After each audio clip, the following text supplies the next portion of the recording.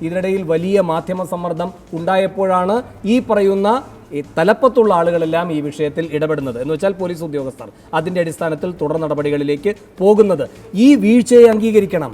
ഈ വീഴ്ച വരുത്തിയവരെ കണ്ടെത്തുകയും അതിനെതിരെയുള്ള നടപടിയും വേണം. ഇവിടെ ഞാനിപ്പോൾ വീഴ്ച പറ്റി ഏതെങ്കിലും ഓഫീസർമാരെ ഡിഫെൻഡ് ചെയ്തോ? സർക്കാർ ഡിഫെൻഡ് ചെയ്തോ? നടപടി എടുക്കില്ല എന്ന് പറഞ്ഞോ? ഇവിടെ ഒരു ഉന്നത ഉദ്യോഗസ്ഥനായി പിരിഞ്ഞ അനുഭവ സമ്പത്തുള്ള അദ്ദേഹം പറഞ്ഞു ചില പ്രൊസീജിയറും ഫോർമാലിറ്റീസും ഉണ്ട്. അതിനകത്ത് ഉൾപ്പെടെ ഒരു പ്രിലിമിനറി എൻക്വയറി റിപ്പോർട്ട് ഉൾപ്പെടെ ശേഖരിക്കേണ്ടതുണ്ട്. ഈ കാര്യങ്ങളൊക്കെ കണ്ടെത്തി കർശനമായ നടപടി ഉണ്ടാകും. മണിക്കൂറുകൾ മാത്രമേ വന്നുള്ളൂ. അതിനേക്കാൾ എത്ര ഗൗരവതരമാണ് ഈ വിഷയം. ഗൗരവപരമായ ശിക്ഷ തന്നെ ഉണ്ടാവും പോലീസിന്, ഒരു സംശയവും വേണ്ട. ആ നിലയിൽ തന്നെ കർശനമായി തന്നെ. ഞാൻ ഒരു കാര്യം നിങ്ങൾ ഞങ്ങളെ സംശയിക്കേണ്ട. ഞങ്ങൾക്ക് ഹിഡൻ അജണ്ടകളൊന്നുമില്ല. ഏതെങ്കിലും പെൺവാണിഭക്കാരെയോ സാമൂഹ്യ വിരുദ്ധന്മാരെയോ സംരക്ഷിക്കേണ്ട ഒരു ഉത്തരവാദിത്വവും ഞങ്ങളുടെ ഭാഗത്ത് ഉണ്ടാവില്ല. ഞങ്ങൾ ഉറപ്പിച്ചു പറയാം. ഇങ്ങനെ മേനി പറയാൻ ഈ കൊട്ടിയൂർ കേസിൽ എന്താണുള്ളത്?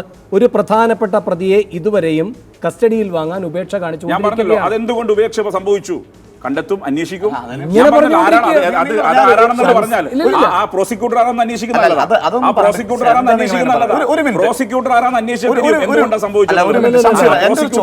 ഈ സർക്കാരിന്റെ MJ ജോൺസൺ ആണ്.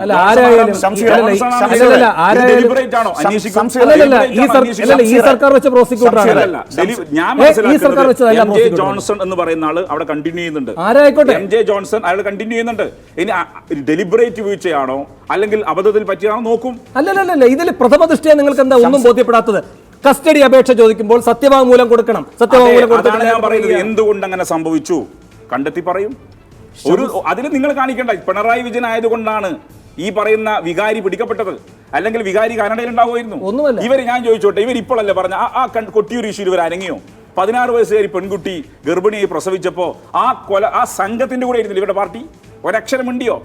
ഇന്നിപ്പോ പറയാതിരിക്കാൻ എങ്ങനെ പറ്റിയെന്നുള്ളത് കൊണ്ട് ഒന്ന് മയപ്പെടുത്തി പറഞ്ഞു. കൊട്ടിയൂരിന്റെ കാര്യത്തിലാണ് എങ്കിൽ ഈ വിവരങ്ങൾ പോലീസ് ഉപേക്ഷ വിചാരിക്കുന്നു. ഈ കാര്യത്തിൽ ഏറ്റവും ഗർഹണീയമായ തരത്തിലുള്ള നീക്കങ്ങൾ രാഷ്ട്രീയക്കാർ ഒന്നടങ്കം ചേർന്ന് നടത്തുന്നു എന്ന വിവരം പുറത്തു കൊണ്ടുവരുന്നത് അവിടുത്തെ കോൺഗ്രസ്സുകാരാണ്. ഒരു ചോദ്യം ചോദിക്കട്ടെ. ഈ പൾസ് സുനി ഒഴിച്ച് കേരളത്തിൽ ഗവൺമെന്റ് അധികാരത്തിൽ വന്നതിന് ശേഷം ഉണ്ടായ പീഡന കേസുകളിലെ ഏതെങ്കിലും ഒരു പ്രതിയെ കോടതിയിൽ ഹാജരാക്കി കസ്റ്റഡിയിൽ വാങ്ങി ചോദ്യം ചെയ്തിട്ടുണ്ടോ?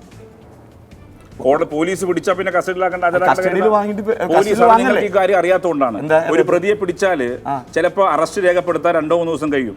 24 മണിക്കൂർ നിങ്ങൾക്ക് അറിയാത്തതുകൊണ്ടാണത്. അറിയില്ല എന്ന് പറയാം. ഞാൻ ചോദിക്കുന്ന എല്ലാ കേസിനകത്തെയും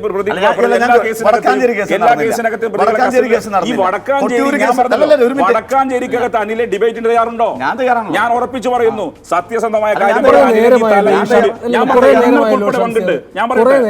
അതൊന്ന് അന്വേഷിക്കാൻ നിങ്ങൾ സത്യസന്ധമായി വാർത്ത പുറത്തു വിടുവോ? നിങ്ങൾ പുറത്തു വന്ന്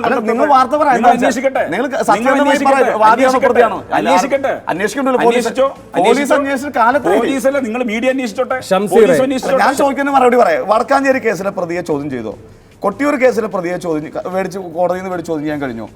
ഇവിടുത്തെ പ്രതിയെ നിങ്ങൾക്ക് കോടതിയിൽ ഹാജരാക്കാൻ കഴിഞ്ഞു? ഏത് കേസിലെ പ്രതിയെ നിങ്ങൾ കോടതിയിൽ ഹാജരാക്കി? പ്രതി കൊട്ടിയൂർ കേസിലെ പ്രതി കാനഡയിൽ പോയിട്ടില്ലല്ലോ. പോലീസ് ജുഡീഷ്യൽ കസ്റ്റഡി ഒരു ദിവസം വൈകി പോയി കഴിഞ്ഞാൽ കോടതി ജയിലിലുള്ള അങ്ങ് മൂടിക്കളയുന്നു. ഇല്ലല്ലോ. എന്റെ അനിലെ ഈ പറയുന്ന ഒരു ദിവസം അദ്ദേഹം പറയട്ടെ ഒരു ദിവസം ജുഡീഷ്യൽ റോബിൻ കസ്റ്റഡിയിലാണെങ്കിൽ ഒരു കുറ്റകൃത്യത്തിന്റെ കാരണക്കാരൻ മാത്രമാണ് കസ്റ്റഡിയിൽ. ബാക്കി ഒരു സംഘം അതിന്റെ പിന്നിൽ പ്രവർത്തിക്കും. അവരെ എല്ലാം പിടിക്കും ഇങ്ങനെ പറഞ്ഞുകൊണ്ടിരിക്കാതെ അവരെ എല്ലാം മുൻകൂർ ജാമ്യത്തിനുള്ള സഹായം നൽകിക്കൊണ്ടിരിക്കുകയാണ് ഈ പോലീസ്. അതാണ് റോബിന്റെ കാര്യത്തിൽ കസ്റ്റഡി അപേക്ഷയിൽ ഇനിയും വീഴ്ച വരുത്തിക്കൊണ്ടിരിക്കുന്നത്. പാമ്പാടിയുടെ കാര്യത്തിലും കൃഷ്ണദാസിന് മുൻകൂർ ജാമ്യം കിട്ടിയിട്ടുണ്ട്, ബാക്കി ആർക്കും കിട്ടിയിട്ടില്ല. പക്ഷേ ആരെയും പിടിക്കുന്നില്ല. ഇത് തന്നെയാണ് വാളയാറിലും സംഭവിക്കുന്നത്. അവിടെയും നിരീക്ഷണ വലയത്തിലാണെന്ന് പറയുന്നു, ആരെയും പിടിക്കുന്നില്ല. ഇപ്പൊ ഒരു സംഭവമായിരുന്നെങ്കിൽ താങ്കളുടെ ഈ വാദഗതി ശരിയാണ്. ഇതങ്ങനെയല്ല. എല്ലാ സംഭവ പരമ്പരകളിലും ഇതാണ് എന്ന് വെച്ചാൽ നിങ്ങൾ നൽകുന്ന ഒരു സന്ദേശമുണ്ട്. ആ സന്ദേശം എന്ന് പറയുന്നത് കുഴപ്പക്കാർക്കൊപ്പമാണ് പോലീസ് എന്നാണ്. അത് വേണുവിന്റെ തോന്നലാണ്. ഇതൊക്കെ ലോകം അവസാനിച്ചോ? നാളെ ഭൂമി ഉലുങ്ങി തീരാൻ പോകുന്നുണ്ട്? ഇല്ലല്ലോ. നാളെ ഇല്ലേ? നാളെ മാതൃഭൂമി ചാനലുണ്ട്, വേണുണ്ട്, ഞാനുണ്ട്, അനിലുണ്ട്, സാറുണ്ട്. ഇത് ഇപ്പൊ തന്നെ ഷൂട്ടഡ് സൈറ്റ് എന്ന് പറഞ്ഞാൽ കാര്യങ്ങൾ നടക്കും. കാര്യങ്ങൾ നടക്കും. കുറച്ച് ക്ഷമ കാണിക്കണ്ടേ? ക്ഷമ കാണിക്കണ്ടേ? ഇപ്പൊ പറയുന്ന അനിൽ പറയുന്ന പോലെ ഇപ്പൊ തന്നെ പിടിച്ചിട്ട് ചോദ്യം, ഈ പറയുന്ന വികാരി കസ്റ്റഡിയിലുണ്ട്, ജുഡീഷ്യൽ അദ്ദേഹത്തെ ചോദ്യം ചെയ്യാൻ വിളിക്കും. വിളിക്കുന്നു? നാളെ വിളിച്ചാൽ പിന്നെ നിങ്ങൾ ചർച്ചയുടെ പ്രസക്തി പിടിക്കുമല്ലോ. അയാൾക്ക് ജാമ്യം കൊടുത്തോ? ഇല്ലല്ലോ. ജാമ്യം കൊടുത്തോ? ഇല്ലല്ലോ. കസ്റ്റഡിയിലാണ്. അയാൾ ഇപ്പൊ ജുഡീഷ്യൽ കസ്റ്റഡിയിലാണ്. ജുഡീഷ്യൽ കസ്റ്റഡിയിലാണെന്ന് പറഞ്ഞാൽ അയാൾക്ക് കിട്ടുന്ന നിയമപരമായ പരിഗണനയാണ്. ജുഡീഷ്യൽ കസ്റ്റഡിയിലാണ്. ജുഡീഷ്യൽ കസ്റ്റഡിയിലാണെന്ന് പറഞ്ഞാൽ അയാൾക്ക് നിയമപരമായി കിട്ടുന്ന നിങ്ങളുടെ പോലീസ് പ്രവർത്തിക്കണം. പോലീസ് റിമാൻഡ് റിപ്പോർട്ട് കൊടുത്തുകൊണ്ട് കസ്റ്റഡിയിൽ വാങ്ങുന്നതിന് വേണ്ടിയിട്ടുള്ള നടപടികളിലേക്ക് പോകണം. അത്തരമൊരു കാര്യം ചെയ്തിട്ടില്ല. ജാമ്യം കിട്ടിയോ? ജാമ്യം കിട്ടുന്നു. ഉടൻ തന്നെ വേണോ പറയുന്നത്? ജാമ്യം കിട്ടിയോ അയാൾക്ക്? വേണു ഒരു ചർച്ച പങ്കെടുക്കും. എന്തുകൊണ്ടാണെന്ന് നിങ്ങൾ അറിയാലോ. വേണു ഈ പറയുന്ന സംഭവത്തിൽ ചർച്ചയിൽ പങ്കെടുക്കാൻ പോകുന്ന ജാമ്യം കിട്ടി. സുപ്രീം കോടതി പോകുന്നു പറഞ്ഞല്ലോ. ജാമ്യം കിട്ടിയാൽ മുഖ്യമന്ത്രിയെ കാണാൻ ജിഷ്ണു പ്രണോയുടെ അമ്മയും അമ്മയുടെ അച്ഛനും പോയിട്ടുണ്ട്. അവരുടെ കൃത്യമായി പറഞ്ഞിട്ടുണ്ട്. പറയുന്ന പോലെ സർക്കാരിന് ആക്ട് ചെയ്യാൻ പറ്റില്ല. ഞാൻ അവിടെ പോയി. അനിൽ പോയിന് അവിടെ? അനിൽ പോയിന? ഈ മൈറ്റില്ല പോയിട്ടില്ല. ഞാൻ അവിടെ പോയിന്. അപ്പൊ നിങ്ങൾക്ക് പോകേണ്ട ഉത്തരവാദിത്തം. ഞാനും തുല്യമാണ്. നിങ്ങളും എം എൽ എ, ഞാനും അതേപോലെ CPM-ന്റെ സംസ്ഥാന സെക്രട്ടറി പോയിട്ടുണ്ട്. മന്ത്രിമാർ 10 ആളുകൾ പോയിട്ടുണ്ട്. അതെന്താ? അതിന്റെ ആവശ്യം എന്താ? അപർണ പ്രശാന്തി, ഇന്ന് ലോകം അവസാനിക്കില്ല. അതുകൊണ്ട് കാത്തിരിക്കണം എല്ലാ നിയമപരമായ നടപടിക്രമങ്ങളുടെയും പൂർത്തീകരണത്തിന് വേണ്ടി. തൃപ്തികരമാണോ? താങ്കൾ പ്രതിനിധീകരിക്കുന്നത് കേരളത്തിന്റെ വനിതാ സമൂഹത്തെയാണ്. ഇല്ല, എനിക്കിപ്പോൾ പഞ്ചവടിപ്പാല സിനിമയാണ് ഓർമ്മ വരുന്നത്. ഇങ്ങനെ അങ്ങോട്ടും ഇങ്ങോട്ടും തല്ലുകൂടി ഇല്ല, ഞങ്ങളിത് ചെയ്തിട്ടുണ്ട്, ഞങ്ങൾ ചെയ്യും. നിങ്ങൾ പോയോ? നിങ്ങൾ പോയില്ലല്ലോ, ഞങ്ങൾ പോയി. ഇതെന്താ ഇത്? ഞാൻ അദ്ദേഹത്തോട് ചോദിച്ച ചോദ്യം എന്താണ്, എന്നോട് ബേജാറാവണ്ട എന്ന് പറഞ്ഞു. എന്നോട് ബേജാറാവണ്ട എന്ന് പറഞ്ഞിട്ട് പിന്നെ അദ്ദേഹം പറഞ്ഞത് അത് പിന്നെ എന്താണ്, ഞങ്ങൾ ചെയ്യും, ഞങ്ങൾ ചെയ്ത ചരിത്രം ഉണ്ടല്ലോ, പിന്നെ ഇന്നൊന്നും ചെയ്യാൻ പറ്റില്ല, നാളെ ഒന്നും ചെയ്യാൻ പറ്റില്ല. ഇവിടെ ഇപ്പോൾ ഒരു തരത്തിലും എവിടെയും എത്താത്ത എത്രയോ സ്ത്രീപീഡന കേസുകളുണ്ട്, ശിശുപീഡന കേസുകളുണ്ട്. ഇത് ഒരു സ്ത്രീപീഡന കേസ് മാത്രമല്ലല്ലോ, പോസ്കോ നിയമപ്രകാരം അറസ്റ്റ് ചെയ്യാവുന്ന ശിശുപീഡന കേസ് കൂടിയാണല്ലോ. അപ്പൊ അത്തരത്തിൽ എന്ത് തൃപ്തികരമായ മറുപടിയാണ് താങ്കൾക്ക് തരാനുണ്ടായിരുന്നത് എന്നാണ് ചോദിച്ചത്.